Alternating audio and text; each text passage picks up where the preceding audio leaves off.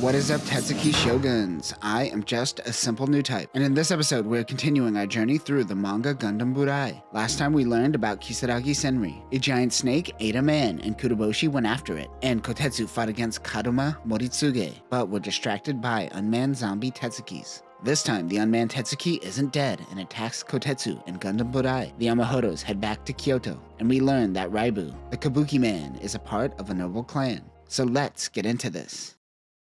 Before we begin, I want to talk about Chiyo's mother. Her name is Amahodo Chiharu. She is only shown for a brief moment. However, according to a data file at the end of each volume, it states that her maiden name is Kisaragi, which is why Kisaragi Senri in the present is so close to the Amahodos. They are family. Once Tetsuki Keijoro fell, so too did the zombie Tetsukis. They realized that they were being controlled by a leader. Kotetsu is freaked out by the Tetsuki. He says that it tried to read his mind, and claims that the key is the thing that saved his life. While no one was looking, the head disappears. It flies in the air and jumps down onto Kotetsu. Its tendrils attach him once again. This time, he is able to see memories. These are Gundam Burai's memories throughout different periods. A few of these memories show that the past was indeed more technologically advanced. The zombie Tetsuki start to move again. Karuma uses a frost attack. That is when Gozuki begins communicating with him. It tells him that the unmanned Tetsuki is going to self-destruct, along with Kotetsu. He tells everyone to get back. The princess's first reaction to this is to run towards Kotetsu.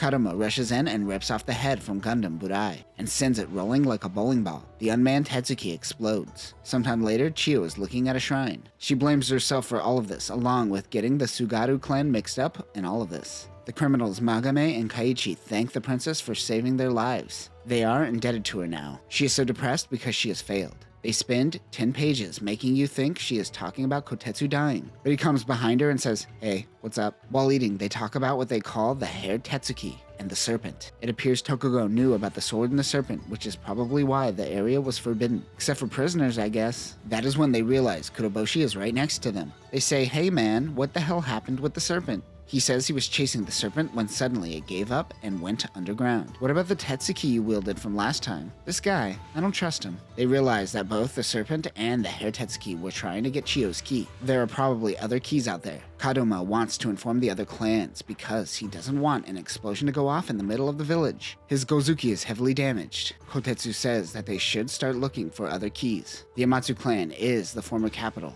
Just like in real life, Japan's capital was moved to Tokyo from Kyoto in 1868 as a part of the Meiji Restoration. Meanwhile, at the Great Edo Hall, Tokugo is informed by the judges that Kotetsu and Karuma's match has been nullified because of the interference of unmanned Tetsukis. There has also been people in the Forbidden Zone. Shuda of Judgment says that he will take care of this. Sometime in the past, Karuma is fighting against Amahodo Enji, Chiyo's father and Kotetsu's master. He yields to Karuma. He then tells him that if he wins the festival, he wants to ask Tokugo the true meaning of the festival. He says that its purpose is to attain strength. He wonders if Tokugo is subtly hinting towards a rebellion. He says that Amahodo is too straight-laced, and those are the words of a man who dies young. Karuma also has an apprentice. It is Sakai Shuda, soon to be Shuda of Judgment. He wonders why he didn't take Amahodo's head. He tells him that there are other ways to show power without having to resort to violence. Taking their head is ruling through fear. Shuda doesn't like this approach and thinks it goes against Tokugo. He calls Karuma a naive fool,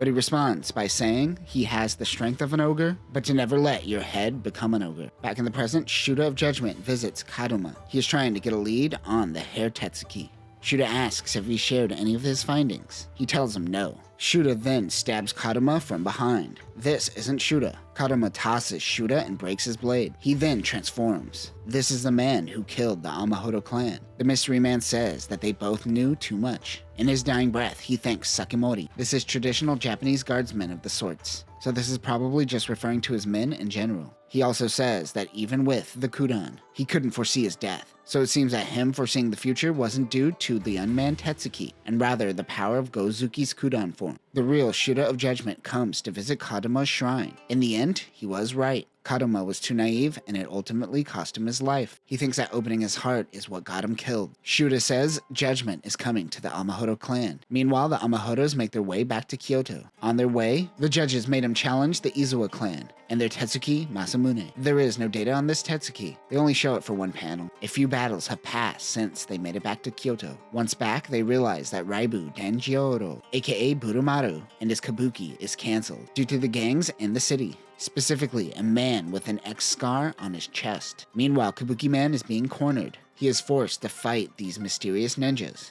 One calls Raibu by his real name, the second son of the Ueda clan, Sanada Yakimatsu. Raibu Dankyoto is a part of the third-generation Kabuki troop known as Raibuza. He ended up leaving his family, the Sanadas. The Sanada family controls Ueda, which is a merger of multiple clans. Because of this, there are inter-clan disputes. The head of the Ueda clan is Sanada Yukiteru. Raibu refers to him as brother. Many are trying to usurp Yukiteru. He asks about his injury. It happened during his first Tetsuki battle, and he was interrupted by the Tetsuki that Kisaragi ran into in the past. He blacked out and was saved the next morning. Yukiteru awoke to a grave of Tetsukis. His Tetsuki had bite marks as though a pack of wolves tore him to shreds. It was also encased in something that looked like spider webs. Sanada tells him that he is fine. The men trying to take control of Ueda is Habu Gosari, Tobe Nishiki, and Irifu Hari. They are trying to use Yukiteru's weakness as a reason to rise up. He asks Raibu to fight in the Senkin Kotai in his place until he recovers.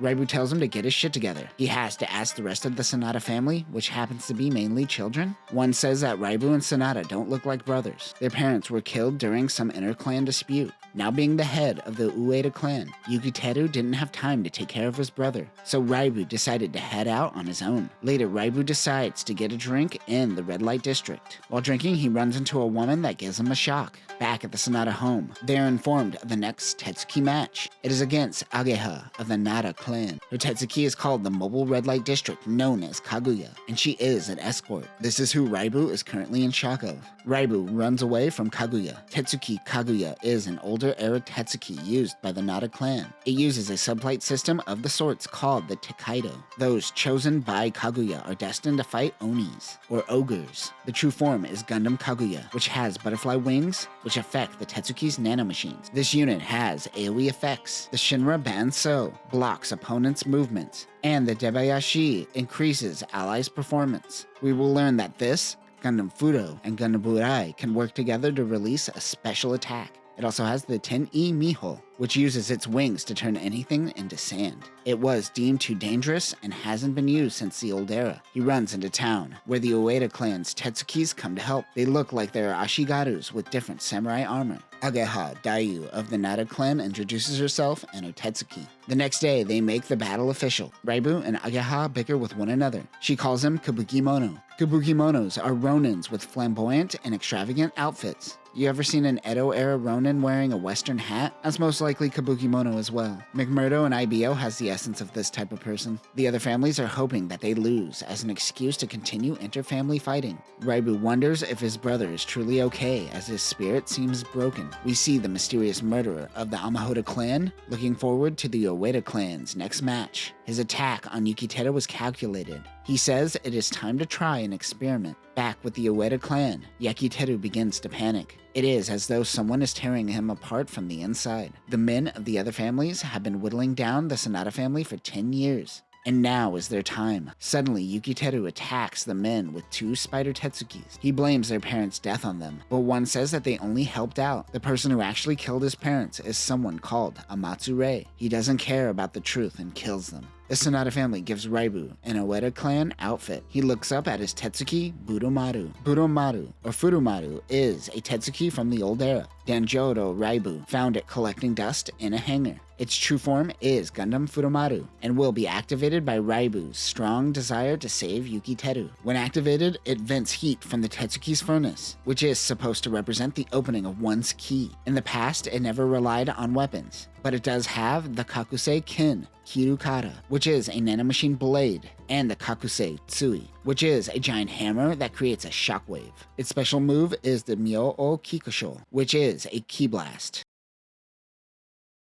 And that will do it for this episode. While the tournament moves forward, there is an underlying concern that these unmanned Tetsukis seem to be after something. Kotetsu was shown memories of a time before the modern era. How much will the past play into the present? We also learn that Raibu has a closer connection to the clans of Tokugo than we once thought. Next time, the mysterious man infects Yukiteru with an Oni. Raibu will face off against Ageha, and Kaguya will activate its Gundam form. But that will do it for now, new types. Remember, don't rely on the local theater kid to help you with your battles. Peace.